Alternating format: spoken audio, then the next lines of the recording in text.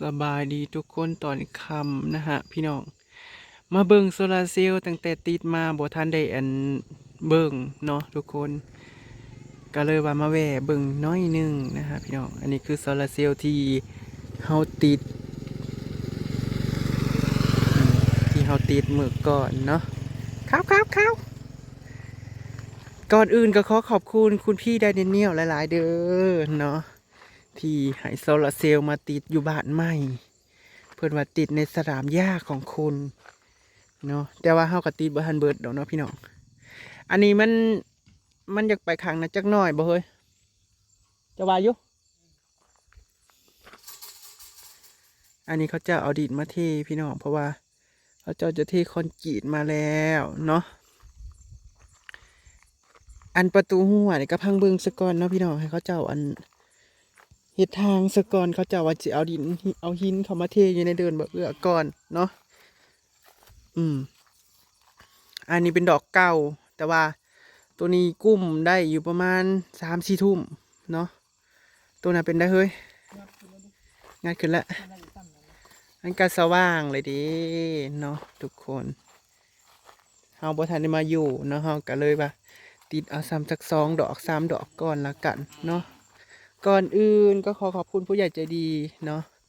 ที่ซื้อโซลาร์เซลล์ให้บ่เอื้อบ่น้ำเนาะเอามาติดอยู่บ้านใหม่นั่นก็ซ้ำนี้แล้วเนาะพี่น้องก็ยังอีกหลายดอกอยู่วางแผนไว้ว่าสิติดพอทั้งหลังอีกหลายหม่องหลายบอนตัวนี้กะหุ่งอยู่เนาะพี่น้องเพราะว่าอันนี้คือสาดใส่เฮือนเด้พี่น้องเห็นบ่เนาะมันก็สว่างนะแต่ว่ากล้องบ่เอื้อก็สิบ่ค่อยแจ้งปานใดเนาะพี่น้องมันกลางคืนก็คือว่านั่นแหละถือว่าแจ้งซ้ำนี้ก็โอเคแหละเนาะพี่น้องตัวนั้นหน้าบ้านทั้งพูนพี่น้องทั้งกกคูนเนาะ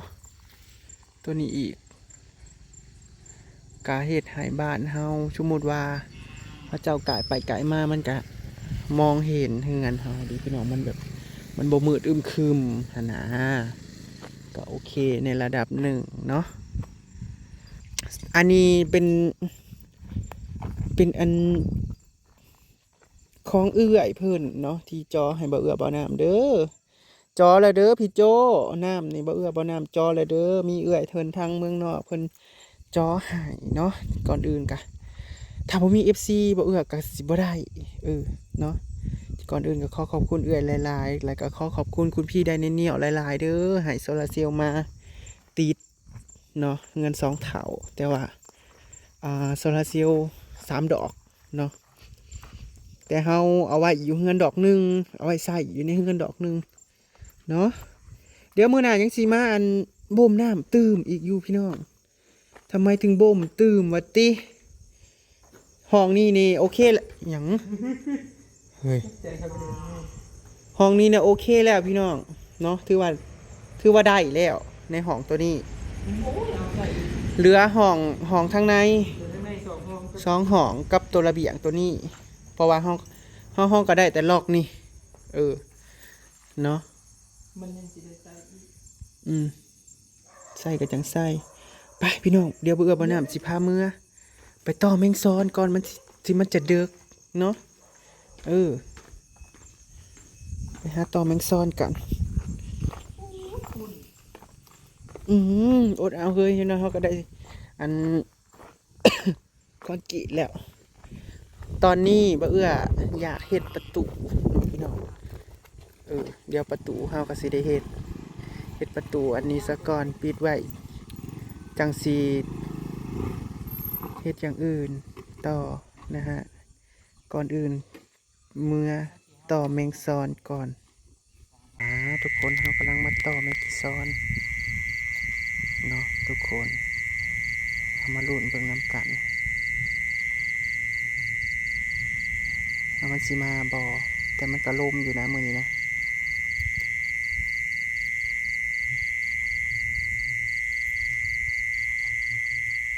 มันถึงต่อแต่หัวแรงเว้ยมันจังมา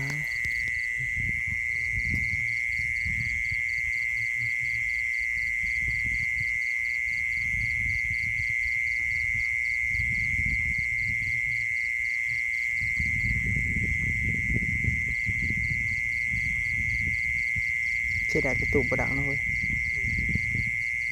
ถ้าสิเหตุแบบนี้เด้อทุกคนเราจะทำแบบนี้อันนั้นคือแมงกีซอนที่เราได้มาก่อนหน้านี้แล้วเราปล่อยลงเนาะรอต่อไปนะครับทุกคนเอามองมาใส่ปะเอามาดูเนี่ยคูม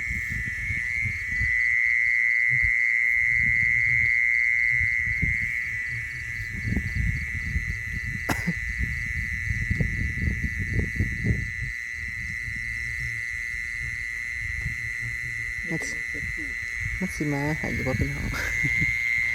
สิมาหายข่อยอยู่บ่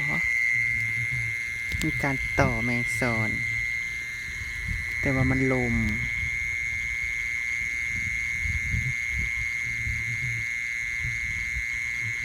คำมันลมนั้นบ่ออกพญพรว่าเนาะแต่เฮาก็เคยต่ออยู่ได้พี่น้องต่อแบบนี้แหละ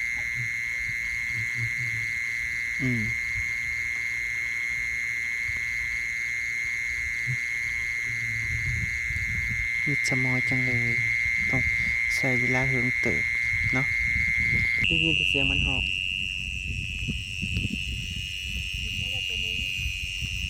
มาแล้วนี่หูมันนะพี่น้องเดี๋ยวประตูมันอยู่ใส่ละ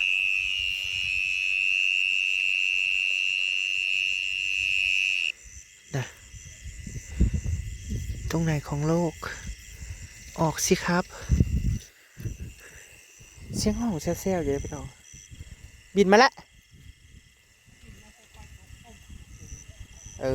จักน้อยเฮ้ยมันก็ใส่เวลาอยู่ได้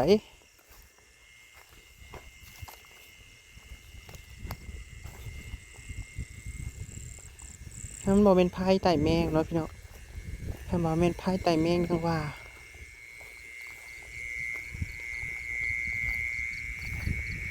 มาแล้วเหรอได้ตัวนี้อันนี้แม่นบ่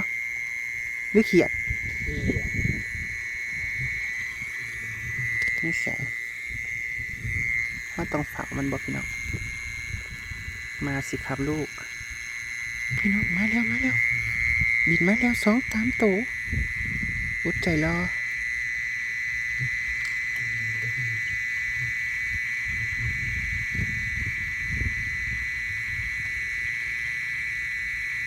คือหึงแผล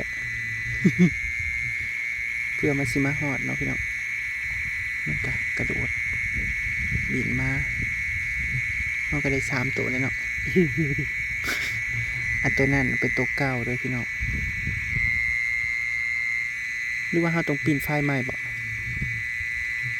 มันปีนไปทางพุ่นด้วยแต่มันอันนั้นมันก็มาที่เก่าแล้วเนาะ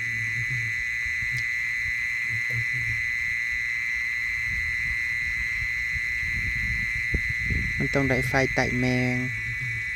ซื้อซะบ่ดอกละ500มันซื้อซะบ่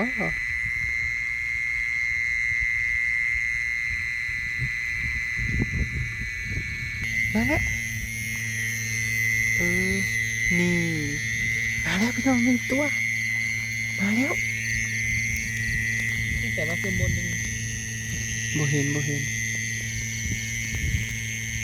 เขาก็ได้4 ตัวฉันน่ะก็จังแล้วเหินเนาะก็ใครก็บ่ได้แล้ววะนะพี่น้อง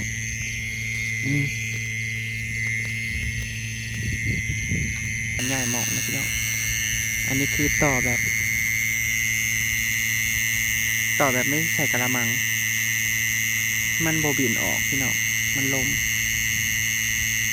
เนาะเห็นบอมันห่องอีกปุ๊นี่คือเสียงตัวจริงเลยสวดอยู่พี่น้องแต่ว่ามันบ่ยอมออก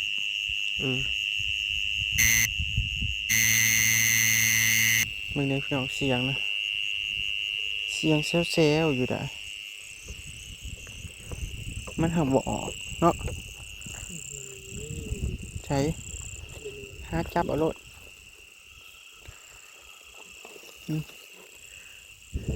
นี่ใส่มีจะก็มีนะ นั่นนี่เสียงมันนี่หูมันนี่นี่เห็นไหมในตีนเจ้านี่นะ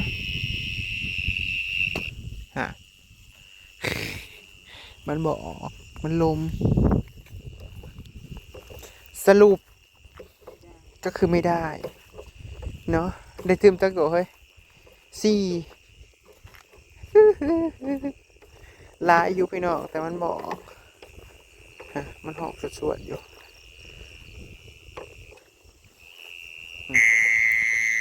มีขันตัวไปเมื่อได้ตื่มได้ตื่มอยู่สี่หาโตดูถ่ายมันหอนๆซะก่อนนะพี่น้อง มาขุดเอาดีกว่ากังเวน โอ้ ขุดแล้วก็เทน้ำซื่อซ่าน้ำซื่อ หมดแล้วเอาจะไปใส่น้ำมันบินเลย